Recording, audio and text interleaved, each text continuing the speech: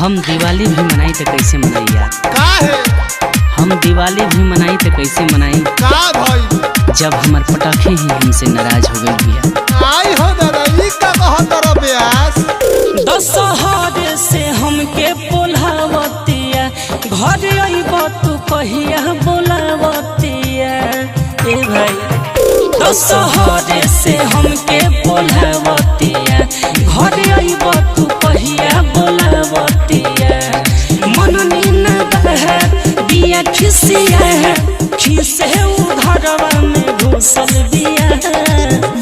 दिवाली कैसे मनाइया रबे पटाखा हमें रूसल दिया।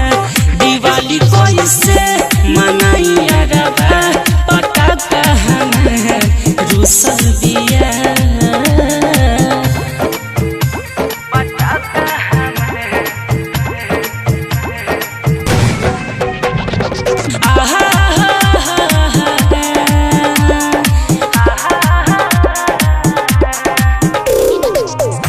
आँखी के पुतरिया ही के तना सताई। ए भाई आँखी के पुतरिया ही के तना सताई। लागता कि देखले बिना छठो बीत जाई। ना होता विश्वास तेज चलता सांस, काट देले फोन लगे घुसल बिया। दिवाली कैसे मनाइया रबा पटाखा हमें रूसल बिया। दिवाली कैसे मनाइया रबा पटाखा हमारे रूसल बिया।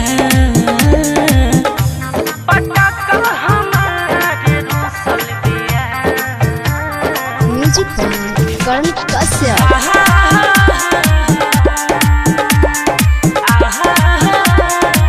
रिकॉर्डिंग बाय रेस म्यूजिक स्टूडियो चकिया।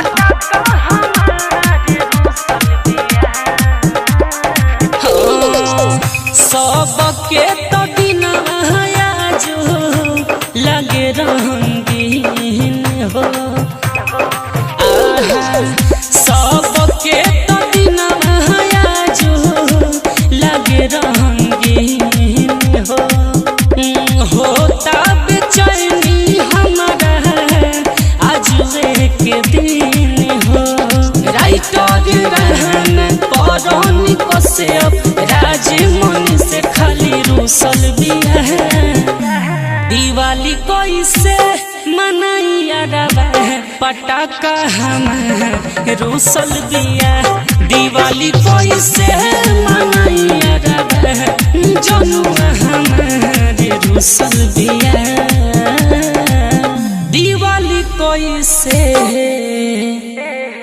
दिवाली कैसे मनाइया रबा पटाखा हमें रूसल बिया।